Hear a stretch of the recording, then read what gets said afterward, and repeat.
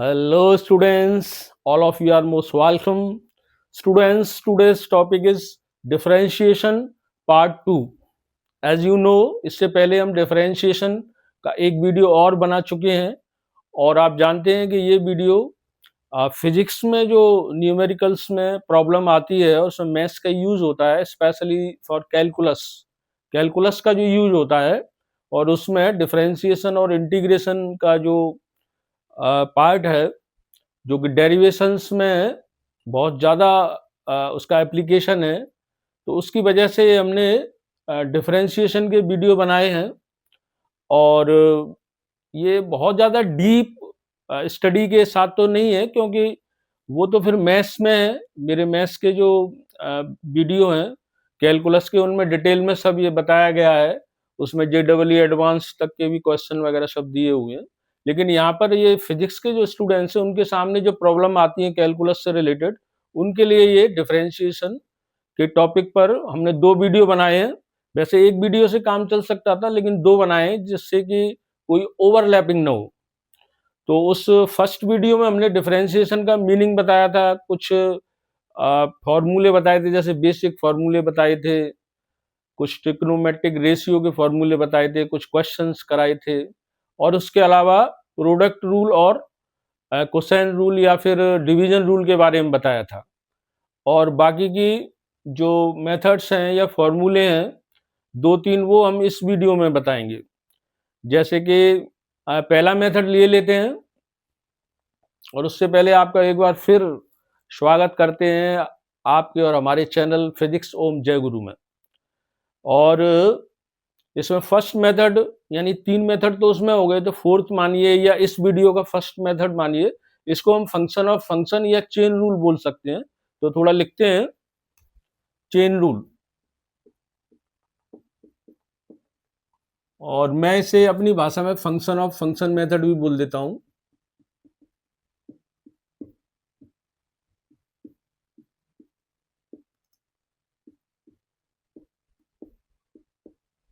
देखिए, इसका मतलब है कि इसमें एक बार डिफरेंशिएशन से काम नहीं चलता। इसमें इस तरह के क्वेश्चंस होते हैं कि आपको 2 बार करना पड़ सकता है, 3 बार करना पड़ सकता है ना। तो देखते हैं, कोई क्वेश्चन लेते हैं। मान लीजिए आपने कोई क्वेश्चन लिया, y is equal to log sin x, और आपसे कहा कि भाई इसका डिफरेंशिएशन निकालिए विद रेस्पेक्ट टू x, यानी इसका डेरिवेटिव निकालिए। ये dy ओवर dx ये डेरिवेटिव कहलाता है। तो देखिए, देखने से क्या होता है, इसमें आप डायरेक्टली जब देखेंगे ना, तो आपको लगेगा कि ये स्टैंडर्ड फॉर्मूला, सर ये तो हम कर ही लेंगे, डायरेक्ट फॉर्मूला। जैसे ये log x का एक फॉर्मूला आपको याद आएगा, 1/x। तो आप कहोगे सर 1/x कर देंगे, x की जगह sin x ही तो रखा हुआ है, तो आप इसको ऐसे कर देंगे 1/x की जगह ये है sin x। आप सोचोगे कि सर हो गया, लेकिन नहीं। आपको ये ध्यान देना है कि इसमें इस तरह के क्वेश्चंस होते हैं जिनमें कि डायरेक्ट स्टैंडर्ड फॉर्म नहीं होती। स्टैंडर्ड फॉर्म क्या है फॉर्मूले की? log x की है, न कि log sin x की। log x का जो डिफरेंशिएशन है वो आएगा 1/x, लेकिन यहाँ पर x की जगह क्या है? sin x। तो आप याद रखिए, जो गड़बड़ करता है, मतलब जो प्रॉब्लम क्रिएट कर रहा है, ये इसी का आप अगेन डिफरेंशिएशन कर दीजिए, एक बार फिर कर दीजिए। यहां आप लिखिए D over d x of sine x. यही तो प्रॉब्लम क्रिएट कर रहा था, तो इसको दोबारा कर दीजिए। बस इसके बाद ये क्वेश्चन आप सॉल्व कर दीजिए। देखिए, ये तो सिंपल है, तो ये कॉपी हो जाएगा 1/sin x। और sin x का क्या है? वो डायरेक्ट फॉर्मूला। देखिए, ये स्टैंडर्ड फॉर्म है, इसमें कोई अंतर नहीं है। sin x का डायरेक्ट होता है cos x, या cos x कर दीजिए।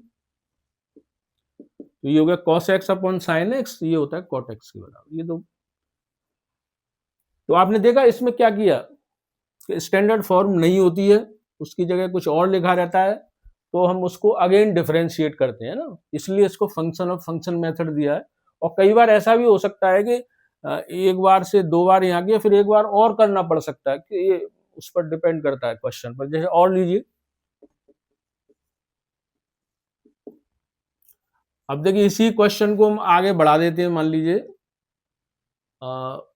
साइन 2x लिख देते हैं। तो आप बोलेंगे सर ये तो काफी आसान है, अभी आपने किया ही है, dy ओवर dx और 1 अपॉन ये x की जगह ये दिया है साइन 2x, और साइन 2x का ये साइन x वाले फॉर्मूले से हो गया cos 2x, क्वेश्चन हो गया। लेकिन आप देखेंगे फिर आपने एक सिली मिस्टेक इसमें करी, बहुत ही माइन्यूटली, और वो ये कि जैसे कि ये जो साइन एक्स का आपने स्टैंडर्ड फॉर्मूला लगाया ना डिफरेंशिएशन का cos 2x, लेकिन वो स्टैंडर्ड फॉर्म क्या थी, differentiation of sine x, only sine x, not the sine 2x। वहां x था, यहां इन्होंने क्या किया, उसको चेंज कर दिया, साइन एक्स की जगह क्या कर दिया 2x। जो ओरिजिनल फॉर्मूला था उसमें साइन एक्स था, 2x नहीं था। तो फिर क्या है, ये वही प्रॉब्लम फिर क्रिएट हो गई। तो ये प्रॉब्लम कौन क्रिएट कर रहा है, 2x। तो इसको एक बार फिर आप डिफरेंशिएट करिए, यानी कि डिफरेंशिएशन ऑफ 2x। एक बार फिर देखिए, इसमें मैंने जो एक स्टेप है वो तो ऐसे किया है, dy ओवर dx लॉग का हो गया 1 upon sine 2x, 1 upon x होता है ना, तो पहले तो ये कर दिया, लेकिन log x तो था नहीं, तो हमने क्या किया, डिफरेंशिएशन इसका दोबारा से किया साइन 2x का। तो 1 अपॉन साइन 2x तो ये है, और इसका किया तो cos 2x कर दिया।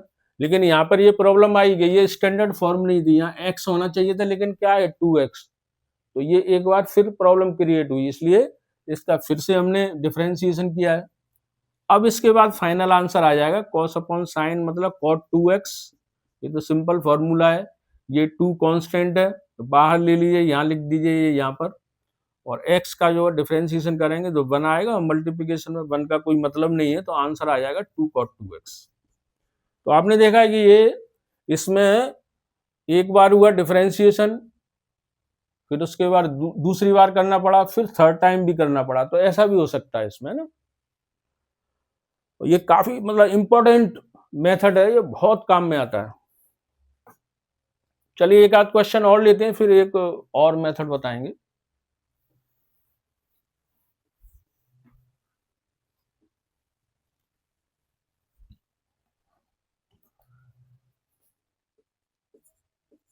जैसे मान लीजिए दिया है differentiation of e to the power 3x, ये y के इक्वल है। अब आपसे कहा भाई इसका करिए, तो आप कहोगे सर ये तो बहुत आसान है, आपने बताया था एक्सपोनेंशियल जो फंक्शन होता है यानी e वाला, उसके लिए तो कोई चेंज है ही नहीं है, उसकी कॉपी कर दीजिए, डिफरेंशिएशन में भी वही आंसर आ जाता है, इंटीग्रेशन में भी। जैसे e to the power x है तो answer e to the power x ही आएगा डिफरेंशिएट करने पर, और इंटीग्रेशन करने पर भी आएगा वही। तो चलिए पहले ऐसा करते हैं, e to the power 3x आपने कॉपी कर दिया, लेकिन देखिए यहाँ पर मिस्टेक हो गई। क्या मिस्टेक हुई कि वो जो स्टैंडर्ड फॉर्मूला था वो e to the power x के लिए था, e to the power 3x के लिए नहीं था। यहाँ पर ये x नहीं है, तो ये इसने प्रॉब्लम क्रिएट करी है। तो जिसने प्रॉब्लम क्रिएट करी है उसका दोबारा से आप डिफरेंशिएशन कर दीजिए। तो देखिए e to the power 3x, 3 constant है, यहाँ लगा दीजिए, और x का हो गया 1, तो आंसर आया 3 e to the power 3x। ठीक, इस तरह से बहुत सारे क्वेश्चन बताए जा सकते हैं। हमारा एम केवल यह है कि आप इस मेथड को सीख लें। और ले लीजिए, जैसे y is equal to x 2x square plus 2x का होल स्क्वायर। अब इसका करना है तो देखिए ये x to the power n वाले फॉर्मूले से हो जाएगा। आप dy ओवर dx लिखेंगे, इसको x to the power n मान लें, तो आपको याद होगा ये फॉर्मूला था ना, x to the power n का डिफरेंशिएशन क्या है, nx to the power n minus 1। तो आप पावर लिखिए पहले 2, x की जगह ये दिया हुआ है 2x स्क्वायर प्लस 2x और पावर n माइनस 1 यानी 2 माइनस 1। लेकिन अब देखिए यहाँ पर वही बात आएगी, ये x to the power n का फॉर्मूला था, लेकिन यहाँ पर x to the power n नहीं है, x की जगह ये लिखा हुआ है, यानी ये प्रॉब्लम क्रिएट कर रहा है। तो इसको अगेन डिफरेंशिएट कर दीजिए, into differentiation of 2x square plus 2x, sorry, हाँ, तो ये तो आप ऐसे लिखा देने दीजिए 2x स्क्वायर प्लस 2x, इसको करिए तो ये आ जाएगा 4x प्लस 2, उसको मल्टीप्लाई कर दीजिए या ऐसे ही छोड़ दीजिए। तो मेन तो ये था।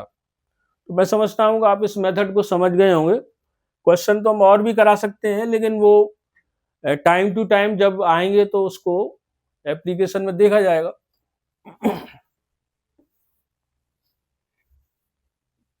अब इसके बाद में इसका एक मेथड और है, एक दो मेथड। देखिए कई बार क्या होता है, जैसे मान लीजिए किसी ने कहा कि भाई न्यूटन्स ग्रेविटेशनल लॉ है, और वो क्या है, दो ऑब्जेक्ट हैं m1 m2, उनके मास हैं और बीच का डिस्टेंस r है, तो इनके बीच में फोर्स ऑफ अट्रैक्शन लगता है। ऑब्जेक्ट हमेशा एक दूसरे को अट्रैक्ट करते हैं, न्यूटन ने ऐसा बोला। और वो फॉर्मूला क्या था, F is equal to G m1 m2 upon x square. ये ऑब्जेक्ट है m1 और ये m2 और ये डिस्टेंस r। अब ये तो F की वैल्यू है। अब कोई ये कहेगा भाई मैक्सिमम फोर्स निकालिए, तो देखिए फिर डिफरेंशिएशन का इसमें यूज होता है, यानी आपको डिफरेंशिएशन ऑफ F निकालना पड़ेगा और उसको 0 रखना पड़ेगा। अब ये क्या चक्कर है, ऐसे मान के चलिए कि किसी का डिफरेंशिएशन कर रहे हैं, मान लीजिए जैसे y का, तो आप जानते हैं कि ये डेरिवेटिव कहलाता है। ये आ गया डिफरेंशिएशन, मान लीजिए कि ये यहाँ df लिख दो। अब इसको 0 करना है, यदि हम 0 कर देते हैं तो फिर ये y मैक्सिमम निकलेगा। यदि इस फोर्स को मैक्सिमम निकालना है तो इसको डिफरेंशिएट करिए, यानी इसका डेरिवेटिव निकालिए, उसको 0 करिए।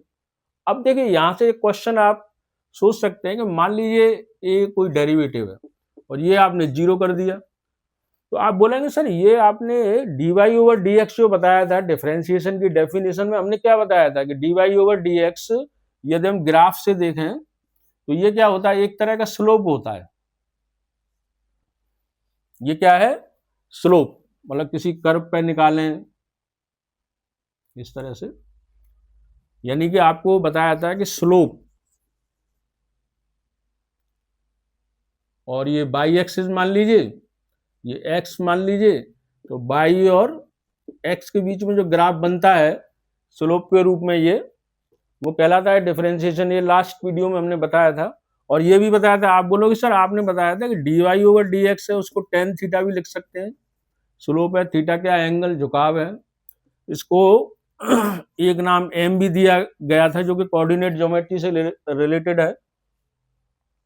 और ऐसे भी बताया गया था y2 माइनस y1 और x2 माइनस x1, इस तरह से। तो इसका मतलब ये हुआ कि dy ओवर dx यदि 0 आ गया, यानी कि ये 0 कब आएगा, जब थीटा की वैल्यू 0 हो जाएगी, यानी कि स्लोप या 0 हो जाए, यानी ढलान या ढाल है वो 0 हो जाए, एंगल 0 बन जाए, तो फिर वैल्यू मैक्सिमम आएगी। क्योंकि ये देखो लौट करके आइए, तो ये हमने बताया है मैक्सिमम कब आएगा, जब 0 पर। ये 0 कब होगा, ये 0 तो तभी हो सकता है, मान लीजिए कोई ग्राफ इस तरह से बना हुआ है, तो देखिए यहां पर स्लोप आएगा वो अलग आएगा। स्लोप किससे निकालते थे, टेंजेंट से, मतलब एक टच करते हुए लाइन ड्रॉ करें उससे स्लोप आता था। यहां पर है, मान लीजिए ये टच करते हुए लाइन खींच दी, तो इस तरह से यदि आप ये लाइन खींचोगे टेंजेंट, तो यहां पर देखिए इस समय ये तो एंगल बन जाएंगे ना, इस तरह से ये तो एंगल बनेंगे, लेकिन यहां पर जो एंगल है वो 0 बनेगा। भाई ऐसे 90 हो गया, फिर कम करते जाइए कम करते जाइए, ऐसे पैरेलल यदि इसके हो गया तो 0 हो गया। तो इसका मतलब ये है कि इस तरह की कंडीशन में dy ओवर dx 0 होता है, ठीक है ना। और आप चाहो तो इसको ऐसे भी बना सकते हो, यहां पर देखो तो ये 0, मतलब पैरेलल लाइन होनी चाहिए हॉरिजॉन्टल, यहां पर dy ओवर dx यानी कि जो स्लोप है वो 0 है। तो अब ये सब मैं बता क्या रहा हूं, तो आपकी केवल एक ही बात पकड़ में आ गई आई होगी कि मान लीजिए कोई फंक्शन दिया है जैसे y is equal to something और उसकी मैक्सिमम वैल्यू निकालनी है, तो कैसे निकालेंगे? तो आपको ये पकड़ में आया होगा कि सर हम इतना समझ गए कि उसका डेरिवेटिव निकालिए, यानी dy ओवर dx निकालिए, उसको जीरो करिए, तब मैक्सिमम कुछ आएगा, है ना। और वो इस तरह से मान लीजिए ये यहाँ पर आया और ये कोई पॉइंट है x इज इक्वल टू 3 है, तो कुछ कुछ ये भी समझ में आ गया कि सर 3 पर है मैक्सिमम वैल्यू या यहाँ पर मिनिमम है ना। तो चलिए एक क्वेश्चन लेते हैं पूरा का पूरा, उससे आपकी समझ में आएगा कि आखिर बता क्या रहे हैं। वैसे ये मैथ्स का एक चैप्टर है मैक्सिमा और मिनिमा, उसमें ये सब डिटेल में बताया गया है, लेकिन इसके लिए एक क्वेश्चन ले लेंगे तो शायद आप समझ पाएंगे। तो पहले इसको आप कॉपी कर लीजिए, है ना। कॉपी करने के बाद में एक क्वेश्चन ले लेंगे, उससे आपकी समझ में आएगा।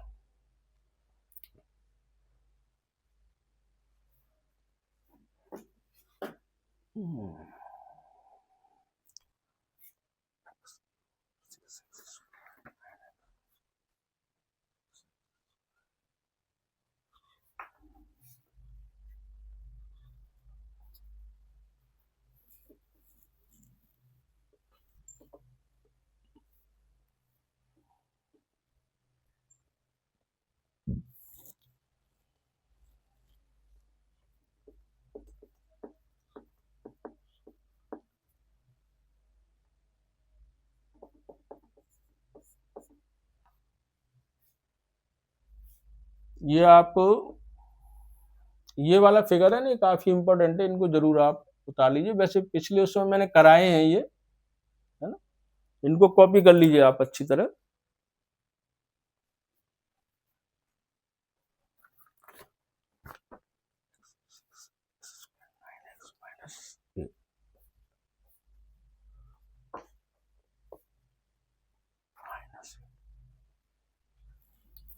चलिए ये क्वेश्चन लेते हैं, इसको सॉल्व करते हैं और फिर देखते हैं कि इसमें किस तरह से। तो देखिए मैक्सिमम वैल्यू निकालिए, मान लीजिए y इज इक्वल टू दिया है, तो आप सबसे पहले dy ओवर dx निकालेंगे और इसको जीरो करेंगे। dy ओवर dx मतलब इसका डिफरेंशिएशन निकालिए x के रेस्पेक्ट में।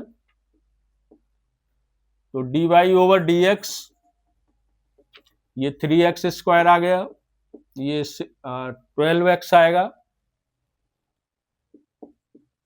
और ये 9 आएगा, और इसको हमें जीरो रखना है ना। तो इसको सॉल्व करिए, 3 कॉमन से इसको हटा भी दें तो ये x square minus 4x plus 3, ये मैं केवल सॉल्व कर रहा हूँ क्वाड्रेटिक इक्वेशन को।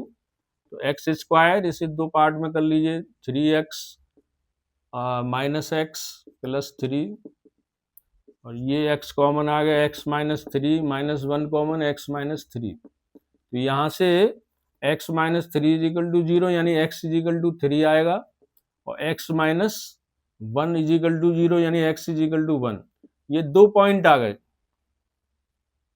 यानी dy ओवर dx हमने 0 रखा तो ये 3 1, ये दो पॉइंट आए जहां पर कि वैल्यू मैक्सिमा और मिनिमम हो सकती है ना। यानी इसका मतलब ये है, देखिए इसके लिए एक और डेरिवेटिव निकाला जाएगा। ये तो dy ओवर dx है, अब आप इसको फिर एक और डेरिवेटिव निकालिए, मतलब सेकंड डेरिवेटिव किसका, इसका dy ओवर dx का। तो इसको हम जो सिंबल के तौर पे लिखेंगे, डबल हो जाता है ना, तो ऐसे लिखोगे d2y अपॉन dx स्क्वायर, है ना। यानी कि पहला वाला कौन सा था, dy ओवर dx क्या है, ये तो आपने अभी निकाला है ना, ये 3x स्क्वायर माइनस 12x और प्लस 9, इसको डिफरेंशिएट करेंगे x के रेस्पेक्ट में, ये आएगा 6x माइनस 12, ये इतना आएगा, है ना।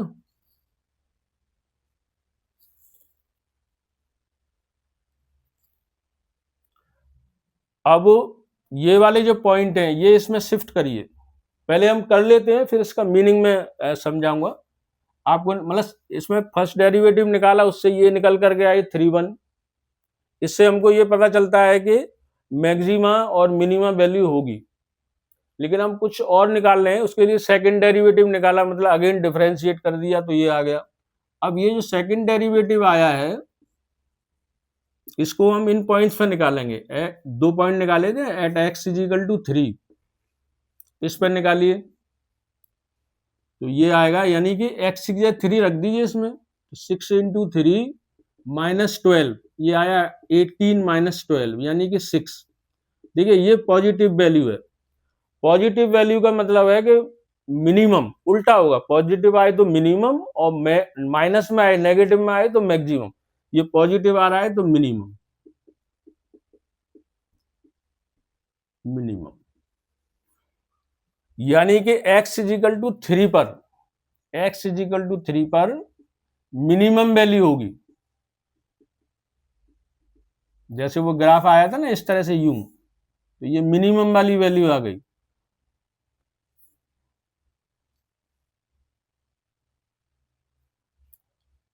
और ये 6 आया, पॉजिटिव का है ना। और इसका एविडेंस क्या है? एविडेंस ये है कि आपने dy ओवर dx को 0 किया और दूसरा जो डेरिवेटिव निकाला वो x इजिकल टू 3 पर निकाला और वो कैसा आया? पॉजिटिव। तो ये जो है x इजिकल टू 3 रीडिंग, इस पर जो वैल्यू आएगी वो कैसी आएगी? मिनिमम आएगी, है ना। ये हम समझिए क्योंकि पॉजिटिव वैल्यू आ रही है ग्राफ की ये वैल्यू। अब मान लीजिए इस वाले पॉइंट पे निकालें 1 पर, तो आप x इजिकल टू 1 यहाँ रखिए, यानी कि यहाँ मैं कर देता हूं d square y d2 y upon dx2 is equal to at x is equal to 1। तो देखिए ये x की जगह 1 रखिए, तो 6 इंटू 1 माइनस 12, यानी कि 6 माइनस 12, तो आंसर आएगा -6, यानी नेगेटिव वैल्यू आई तो ये हो गया मैक्सिमम। तो ये वो वाला ग्राफ आ गया जो मैंने बताया था ना, इस तरह से यूं ऊपर की तरफ, ये वाला पॉइंट जहां पर स्लोप 0 है, यानी dy ओवर dx यहाँ 0 है। तो ये मतलब ये बताया है कि इस तरह के भी क्वेश्चन आ सकते हैं, हालांकि ये सब क्वेश्चन पर डिपेंड करेगा। तो maximum value, minimum value, maximum minimum कब होती है ना, पॉजिटिव पर ये सेकंड डेरिवेटिव यहाँ पॉजिटिव आ जाए ये पॉइंट रखने पे तो मिनिमम, और नेगेटिव आ जाए तो मैक्सिमम। तो मैं समझता हूँ थोड़ा बहुत आप ये समझ गए होंगे। चलिए एक आध और मेथड लिए लेते हैं।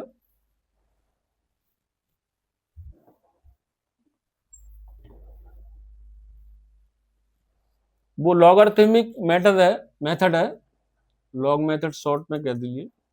एक्चुअली ये मेथड क्या है ना, ये तब काम में आता है जब पावर्स दी होती हैं। जैसे मान लीजिए एक क्वेश्चन ले लीजिए, y is equal to x to the power x। अब आपसे कोई कहेगा भाई इसका डिफरेंशिएशन निकालिए, तो देखिए आप जिस मेथड से निकालोगे x to the power n से भी नहीं निकलेगा। इसके लिए लॉग लिया जाता है, यानी log taking log both side. Short में लिख दिया हमने। तो इसमें कुछ नहीं, आपको लॉग लगा देना है, यानी कि यहाँ लॉग लगा दीजिए, लॉग बाई ऐसे यहाँ पर log x to the power. अभी मैंने कुछ नहीं किया, केवल लॉग अटैच कर दिया है ना। और लॉग के लॉगरिथम फंक्शन है, उसके कुछ 3-4 रूल होते हैं। ये तो पावर है तो वो साइड में आ जाती है, यानी ये पावर साइड में आ जाएगी x यानी पहले अभी तक हमने इसमें कोई कैलकुलस का यूज नहीं किया है, ये तो सिंप्लीफाई किया है ना। अभी इसमें कैलकुलस का यूज नहीं है। अब यहां से डिफरेंशिएशन होगा, differentiating both side with respect to x। ये 1 upon by d y over d x. ये देखिए ये प्रोडक्ट मेथड से हो जाएगा, दो फंक्शन है, ये फर्स्ट और ये सेकंड। तो ये वही हो जाएगा first function into differentiation of second, यानी लॉग एक्स का 1 upon x, plus second function into differentiation of first function into 1, x का 1 हो जाएगा। तो ये कैंसिल आउट हो गए, तो 1 प्लस लॉग एक्स और d y over d x, इस बाई को यहाँ से हटा के क्रॉस मल्टीप्लाई करके यहाँ ले आइए और बाई की वैल्यू रख दीजिए। बाई की वैल्यू ये थी, तो ये हो गया 1 प्लस लॉग एक्स, और बाई की वैल्यू क्या है, x to the power x. तो देखिए ये एक टेक्निकल मेथड है, जब क्वेश्चन आपकी समझ में ना आए तो कई बार ये लॉगरिथमिक मेथड भी काम में आता है। इसमें दोनों तरफ का लॉगरिथम लेते हैं, उसके बाद में एक्स के रेस्पेक्ट में इसको करते हैं, और जरूरत पड़ने पर ये बाई की वैल्यू यहाँ पर पुट कर दी जाती है। मेथड तो और भी है, लेकिन आपके लिए इतने काफी हैं, और फिर पर्टिकुलरली जब कोई क्वेश्चन आएगा तो उस पर डिपेंड करेगा क्या करें, है ना। उम्मीद है कि आपको थोड़ा समझ में आएगा, इसे कॉपी कर लीजिए। आपने मुझे इतने ध्यान से सुना, इसके लिए बहुत बहुत धन्यवाद। ओम जय गुरु।